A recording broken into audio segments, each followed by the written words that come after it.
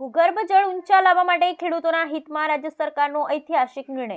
રાજ્ય સરકાર દ્વારા 10,000 થી વધુ બંધ પડેલ બોરવેલને રિચાર્જ કરવા ₹150 કરોડની જોગવાઈ કરવા બદલ યશસ્વી પ્રધાનમંત્રી શ્રી નરેન્દ્ર મોદીજી, માનનીય મુખ્યમંત્રી શ્રી ભૂપેન્દ્ર પટેલજી, કેન્દ્રીય જળશક્તિ મંત્રી માનનીય શ્રી CR પાટીલજી, રાજ્ય સરકારના જળસંપત્તિ અને પાણી પુરવઠા વિભાગના મંત્રી શ્રી કુંવરજી બાવળિયાજી તથા રાજકીય કક્ષાના મંત્રી શ્રી મુકેશ પટેલનો ડીસાના ધારાસભ્ય શ્રી પ્રવીણભાઈ માળી દ્વારા હૃદયપૂર્વક આભાર વ્યક્ત કર્યો. ગુજરાતના ખેડૂતો વતી પણ હૃદયપૂર્વક આભાર માનું છું.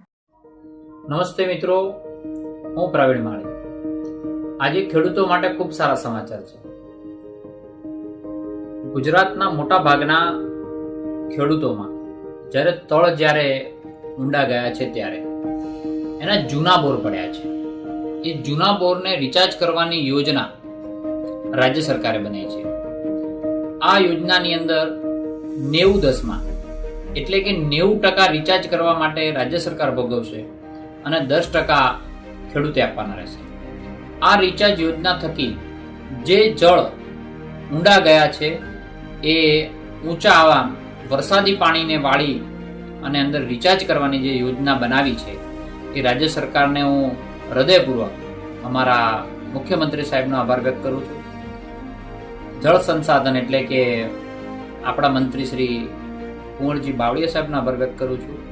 મુકેશભાઈનો આભાર વ્યક્ત કરું છું.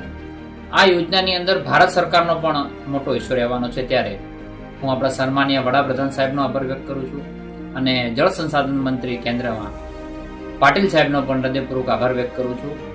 કરોડો ખેડૂતોને અને કરોડો લીટર પાણી વહી જતું હશે એ રિચાર્જ થકી ફરી આપણા પાણી ઊંચા આવશે અને મને એમ લાગે છે કે ખેડૂતો માટે આ ખૂબ સારી યોજના છે. આ અમલ કરવા માટે, પોલિસી બનાવવા માટે ફરી એકવાર રાજ્ય સરકારનો અને ભારત સરકારનો હૃદયપૂર્વક આભાર વ્યક્ત કરું છું. ધન્યવાદ.